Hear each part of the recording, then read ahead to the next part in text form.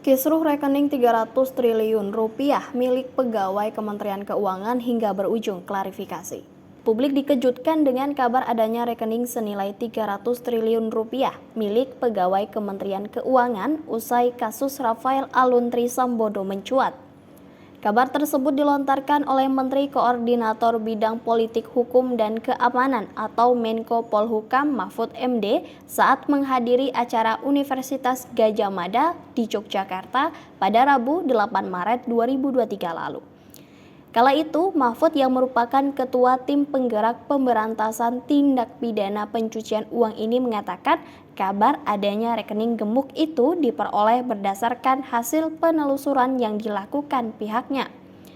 Kata dia, pergerakan uang mencurigakan dalam rekening itu mayoritas berasal dari Direktorat Jenderal atau Ditjen Pajak dan Bea Cukai. Saya sudah dapat laporan yang pagi tadi, terbaru malah ada pergerakan mencurigakan sebesar 300 triliun rupiah di lingkungan Kementerian Keuangan yang sebagian besar ada di Ditjen Pajak dan Bea Cukai, kata Mahfud. Mahfud MD mengklaim dirinya mengantongi data-data terkait transaksi keuangan yang mencurigakan itu, namun dia enggan membeberkan kepada publik. Kenapa saya bicara kepada saudara? Karena kita kan tidak bisa sembunyi-sembunyi di era sekarang, tegasnya. Beda data Menko Polhukam dan PPATK. Di sisi lain, Menteri Keuangan Sri Mulyani Indrawati menyatakan bahwa dirinya tidak mengetahui secara pasti adanya rekening milik pegawainya senilai 300 triliun rupiah. Bendahara negara itu baru mengetahui ketika Menko Polhukam Mahfud MD menyambangi Kementerian Keuangan pada Sabtu 11 Maret 2023 lalu. Ani menyampaikan adanya perbedaan data yang disampaikan Pusat Pelaporan dan Analisis Transaksi Keuangan atau PPATK kepada Kementerian Keuangan dan Menko Polhukam. Terkait data PPATK 300 triliun rupiah, transaksi mencurigakan sampai siang ini saya belum pernah menerima data dari PPATK. Informasi yang disampaikan PPATK ke Menteri Keuangan tidak sama dengan yang disampaikan kepada Pak Mahfud dan yang disampaikan ke APH, kata Sri Mulyani. Perbedaan data tersebut menurutnya harus diluruskan oleh Kepala PPATK Ivan Yustiavandana kepada publik dan Kementerian Keuangan. Pak Ivan Yustiavandana, Kepala PPATK, perlu menjelaskan data tersebut ke masyarakat agar tidak simpang siur.